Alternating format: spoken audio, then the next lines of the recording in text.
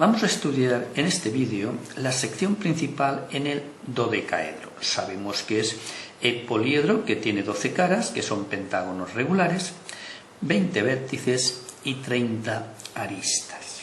Aquí tenemos el dodecaedro en perspectiva y sabemos que cada vértice tiene su simétrico respecto al centro de la esfera que lo circunscribe, y sabemos que la distancia que hay de un vértice a su simétrico es igual, vamos a llamarle d sub c, que esta distancia es el diámetro de la esfera circunscrita al poliedro. Claro, veamos, si este es el vértice C, su simétrico, uniendo C con el centro de simetría, que es el centro de la esfera, estamos hablando de una simetría central, tendremos su vértice C'. Muy bien, efectivamente, la distancia que hay entre C y C' es la misma que la que hay entre V y V', ¿verdad?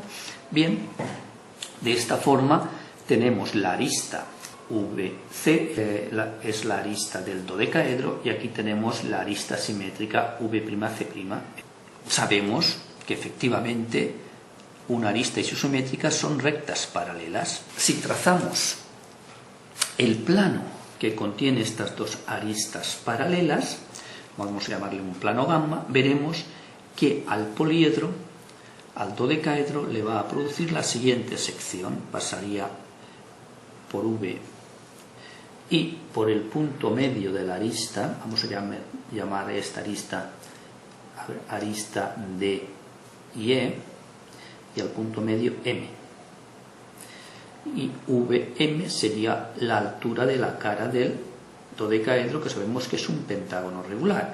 Y ahora aquí, otra altura de cara, pasará por el punto simétrico AM, que será el punto medio del lado E', D', y el punto medio de este lado es el punto simétrico AM, llamaremos M'. Y ahora tenemos otra altura de cara, y aquí la otra altura de cara. Aquí tenemos la sección principal que le produce un plano que contiene a dos aristas paralelas, vamos a llamarle plano gamma, la VC y la simétrica V'C'. Vamos a dibujarlo en perspectiva.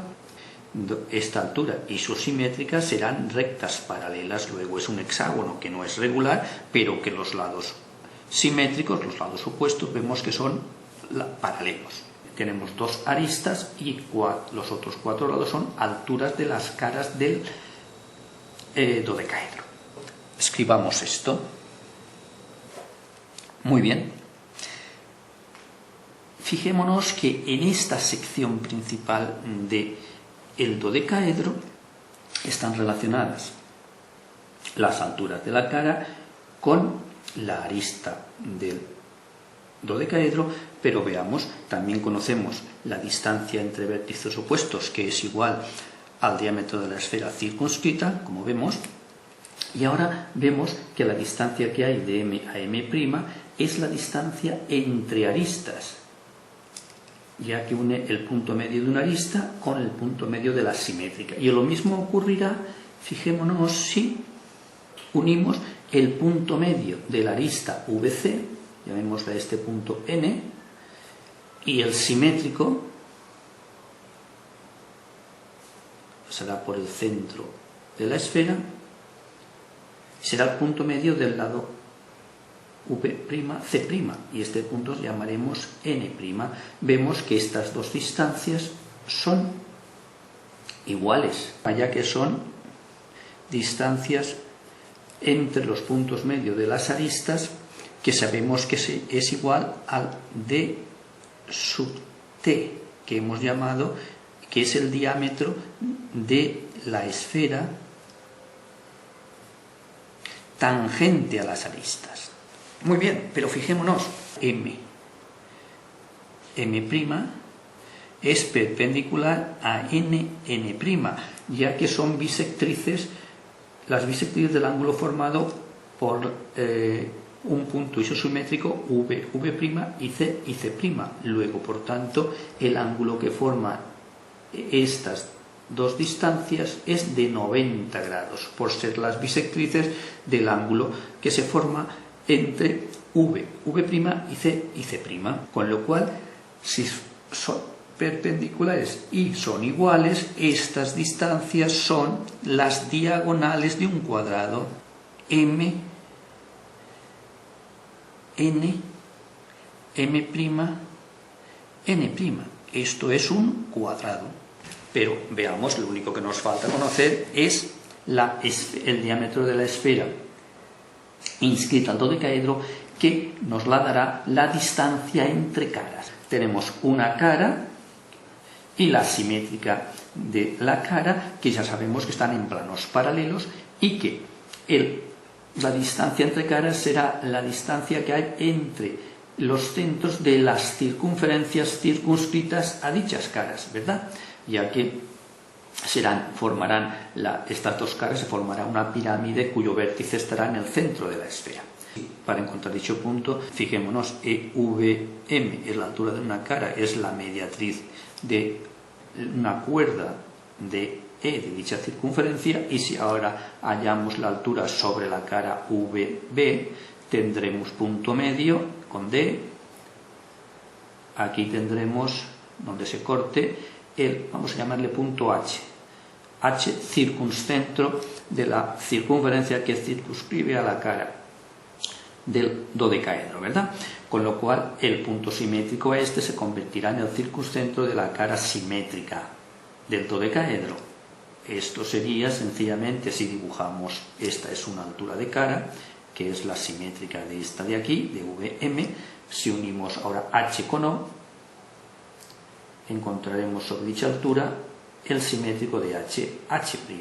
Bien, pues esta distancia, HH', a esta distancia le vamos a llamar D sub I, que es el diámetro de la esfera inscrita al dodecaedro.